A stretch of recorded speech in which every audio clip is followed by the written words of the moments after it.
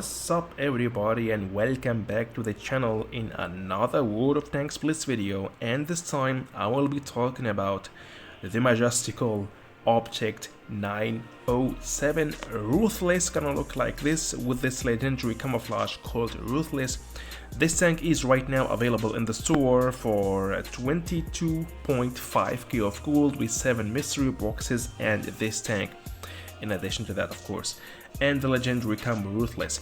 So it's definitely expensive for this tank, and I will be reviewing completely this tank in this video.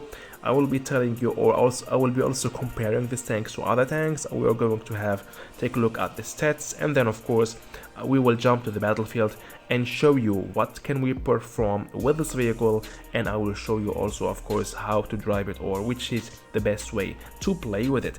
So yeah, on the stats, of course it's a medium tank. I will straight compare the point of DPM. We got here a 3.4 DPM, and compared to other mediums, tier 10 mediums in the game right now, which are my favorite ones, of course I will pick up for you also wait a minute, the T22 medium, of course. Yeah, so here we go. The Object 907 got 3.4 of DPM. The Kampfpanzer 50T got 3.7 nearly of DPM. I will not talk about auto reloader.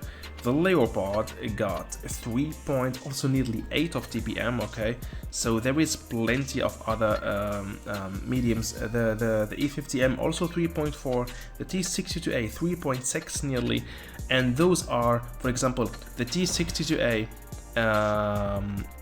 is very similar to the Object 907. The 121B also the same, got the same DPM. The T62A Tech 3 tank got even better DPM. The T22 medium got more DPM, and it's also very similar to the Object 907. Now, why I'm doing this is to tell you that this tank, yeah, to be honest, doesn't have the best DPM under the mediums, and there is even Tech 3 tank which have the same DPM and even better DPM at the same time. They got the same strong armor, like the T62A got this very good frontal turret, and this tank doesn't have the best frontal hull. And yeah, I mean, I will show you first how to drive it and stuff, and in the end I will tell you my complete neutral opinion about this tank. Okay, so for all of you who are interested to buy this tank, or who got this tank already, this video might be helpful for you. So I'm going here for the calibrated shells, because without calibrated shells you will struggle to penetrate heavy tanks, tier 10 heavy tanks, and tank destroyers like the Panzer E100, like the E100, like the 60TP. So go definitely for calibrated shells, otherwise you will struggle a lot. Supercharger, refined gun, we have a good gun accuracy, one of the strengths of this vehicle. Go for the improved assembly, because you can't anyway maximize your frontal turret, and also your upper plate and lower plate are anyway so weak that even with enhanced armor, that's not going to make a change. So go definitely for improved assembly, enhanced tracks, improved optics, of course, engine accelerator, and the high-end consumables. I'm going for 2 repair kits and adrenaline, improved fuel, and milk for higher and better DPM. So that's on the stats. That's what we have all to know about this tank.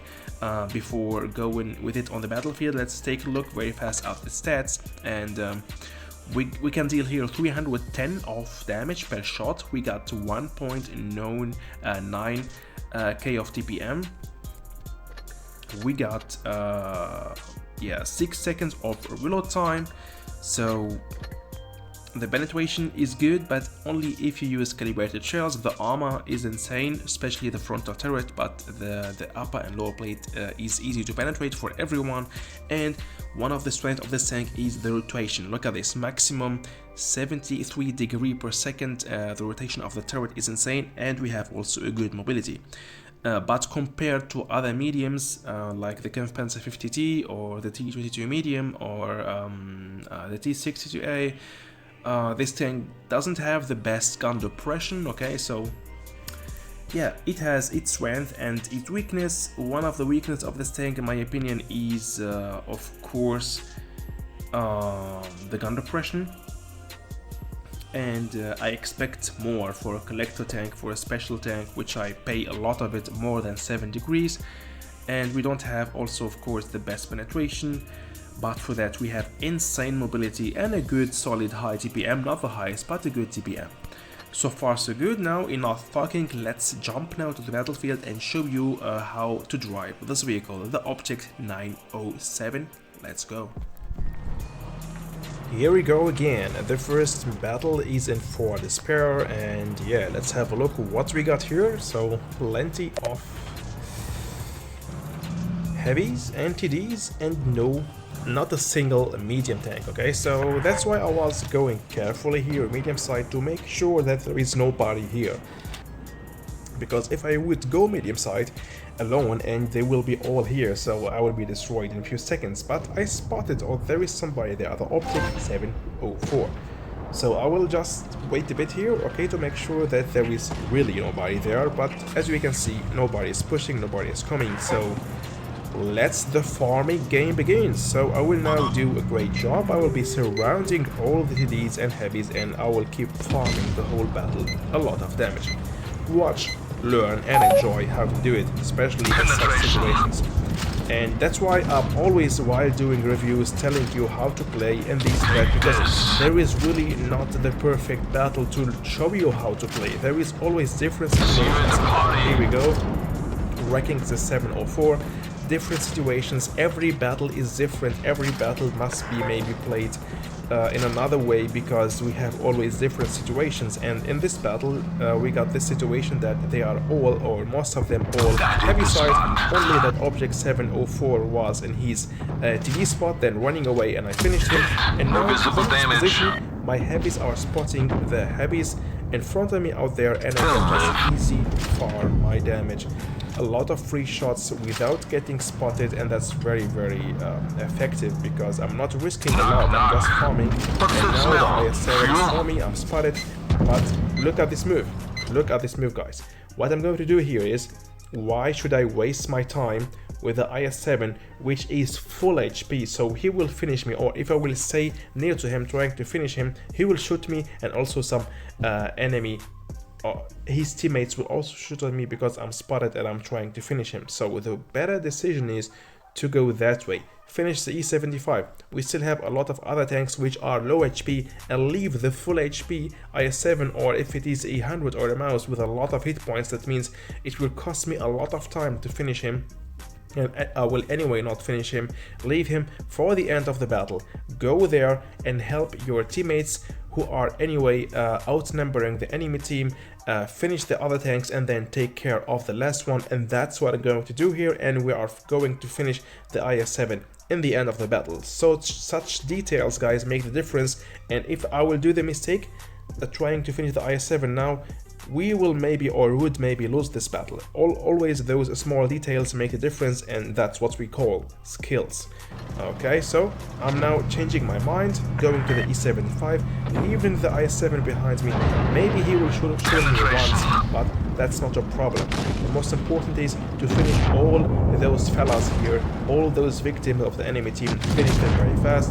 Now the M60 shot twice or 3 times, he's now reloading, so I can easily chase him, and the Object 268 will do the rest of the job. I'm activating adrenaline, and here we go, finishing top 71. So look at this, how effective was that move, and changing my mind and going this side. The I-7 is still there, he's slow, he can't anyway chase us. The most important is, of course, as I told you, to finish. And look at this, a completely different situation now. 3 versus 1 instead of, I don't know, 5 versus 5 or 5 versus 4. We are going for sure to win this battle now. And yeah, that's how we should do it. It depends always what do we have in a situation on the battlefield. So now I can risk a short break with the I-7, not a problem. But I have to make sure to finish him, and with that we got nearly in this battle 4.3k of damage dealt.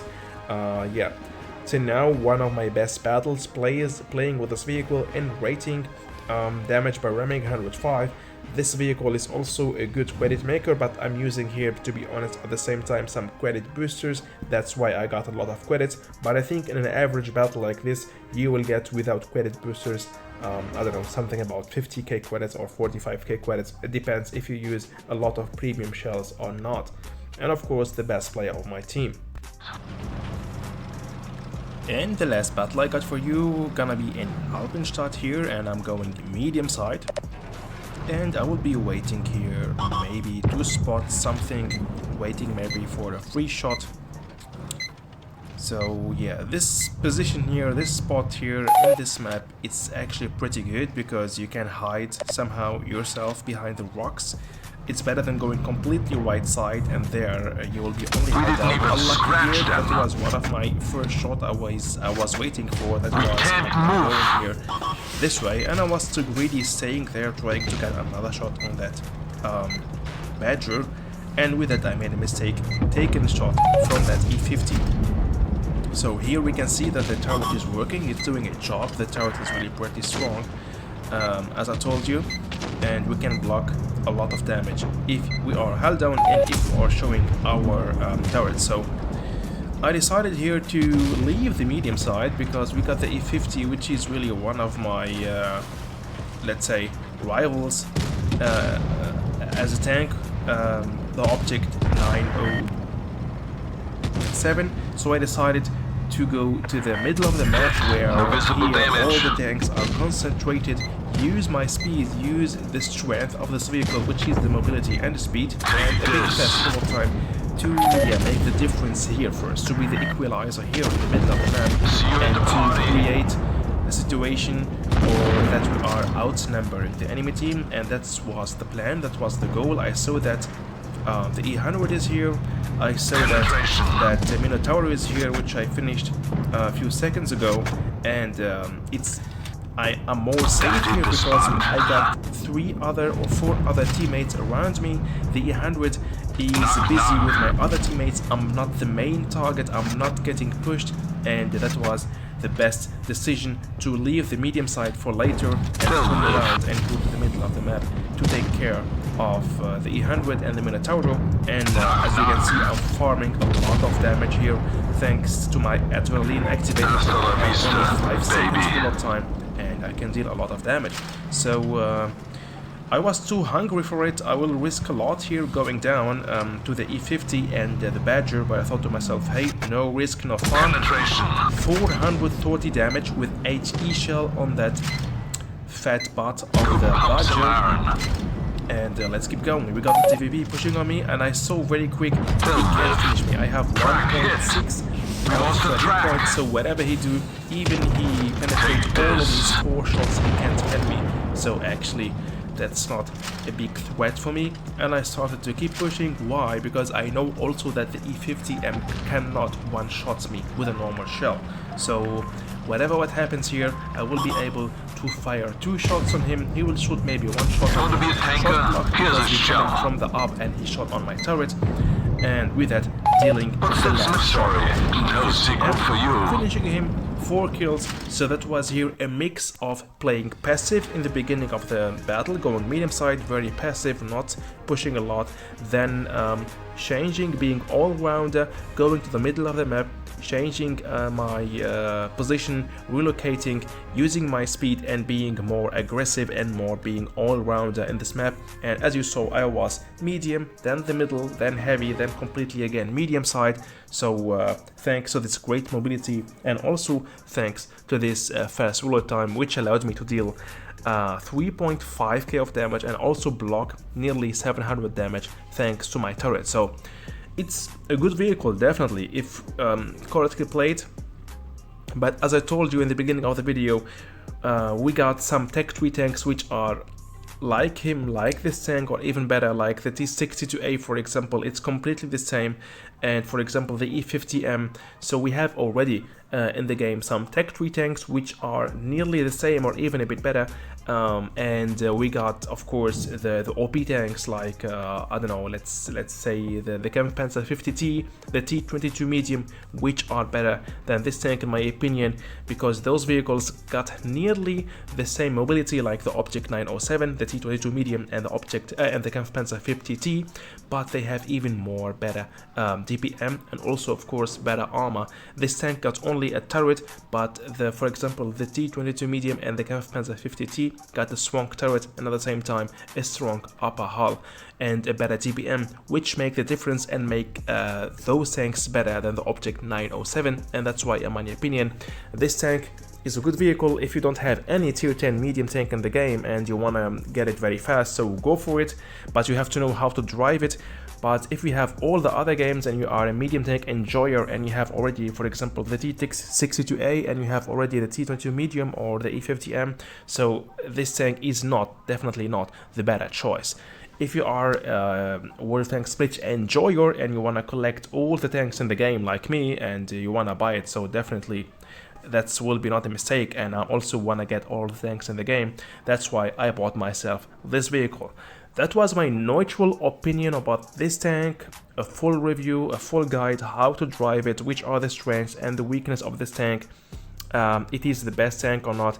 All in all, that was my full review. I hope you enjoyed watching this video, guys. I hope I could help you with this video to have a better opinion about this vehicle, to know it, if is it worth it or not for you, if it fits to your playstyle or not, and if you have this tank already. I hope that I could help you to optimize your skills playing with the Object 907 Ruthless, the tier 10 collector medium Soviet tank. See you soon in the next time, guys. Bye bye.